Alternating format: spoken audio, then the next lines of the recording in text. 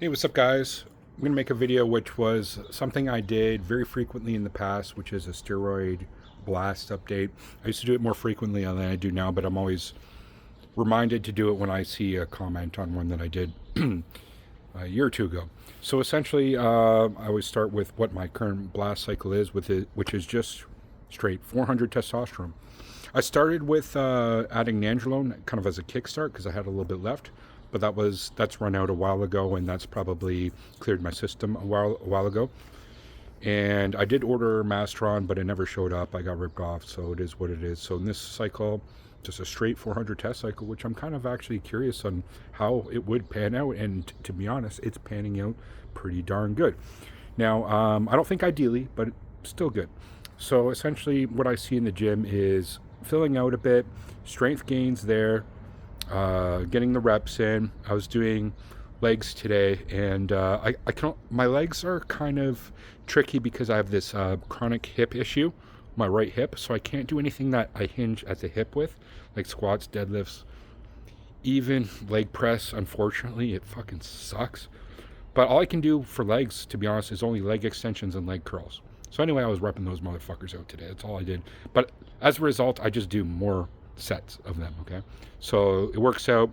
Probably working my quads more than even a lot of guys because it's just pure straight isolation of quad movements. But if I did anything like anything squat or hinging at the hip or like hip extensions, I would be in severe pain for a few days. So anyway, but like get to the point of what I was talking about, I was just repping those out. I would kind of pyramid, so I'd add weight every time. And even when I was like adding weight that I thought I wasn't able to do, you can still feel that there's some kind of reps in reserve there. So, which was good. That means that there's still strength there. I'm still building strength on something that on legs, which isn't even my strong point. You know what I mean? It's kind of my weak point. So that's why I gave it that example in particular. But everything else, upper body, is filling out quite well as well. And it's one that I'm only going to do for 2 months because I have to do my blood work every 3 months. So I go 2 months on and then 1 month off. So just raising the test levels is adequate. 300 tests by itself, you can still make gains. It's not going to be like serious gains as you are if you're blasting Masteron, NPP, human growth hormone, Anavar, etc., Trembolone. But like you can still make some serious gains just on a test only cycle. So this is my first time doing just a test only at this amount. Here, I'm just gonna let my dog in because he's barking. Probably want some food or something. So it's kind of an experiment in itself that was one that I wasn't planning for, but sometimes you just have to make do. And luckily I have a good testosterone source, so it's pharmaceutical grade. And then I added a little bit of UGL, so I made the pharmaceutical grade test last longer. So it's like 75% pharmaceutical, 30% UGL, if that makes sense. So there's that. And maybe the UGL has something else in it. Maybe it has a bit of tren in it. I don't know. I hope so. Some other secondary compound in it. That'd be nice. But so I'm just out here smoking some chicken in the smoker, chilling. But I think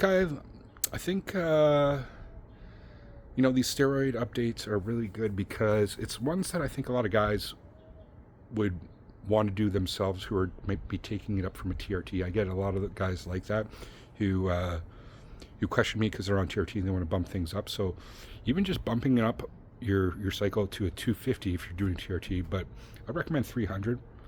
But if you want to go a little bit more adamant, 400 for 2 months. 400 for 2 months. Get your blood work done, bring it back down to TRT. See how you go. I think a lot of guys, instead of adding secondary compounds, can make serious gains. Now, personally, I would be more inclined to do something like 300 tests, 300 Masteron, but I know Masteron's a little bit harder to get. I wouldn't do any harsh compounds for especially first cycle. So first cycle 300 and potentially bump it up to 400-ish. But I think once you're up there, especially if you have a little bit of body fat, you might run into some estradiol issues, a little conversion too much in estradiol, especially some people are high converters more than others. Maybe not, maybe totally fine.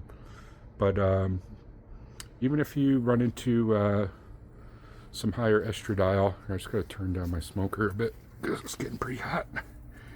Don't want to overcook the chicken. There we go. Even if you run into some estradiol issues, it's not the worst thing in the world if it's for a short period of time, and you can kind of test where your limits at. Just like testing your max, right? You're not going to be hitting your max set of bench press every time, but once in a while you might test your max, right? Once in a while you might test your estradiol levels, like test levels, like bring it up to a certain point where you're gonna run into maybe some estradiol issues, or at least your blood work might be a bit skewed, and then you know where you're at. You know where you test where you should be at, and bring it back down to something where it's more of a sustainable, long game type of strategy, which I made a video about the other day. And keeping it simple. Maybe the answer for a lot of guys in just keeping things simple is just running test only cycles for a vast majority of guys. I've thought about this. I thought about this even for myself. Like maybe just bump up my test levels every few months and then bring it back down, and that'll be sufficient. Because at least I know that it's prescription test. It's not some Chinese pharmaceutical UGL shit, if you know what I'm saying. But at the same time, I did get great results when I did run UGLs alongside testosterone base. So I will probably continue doing that.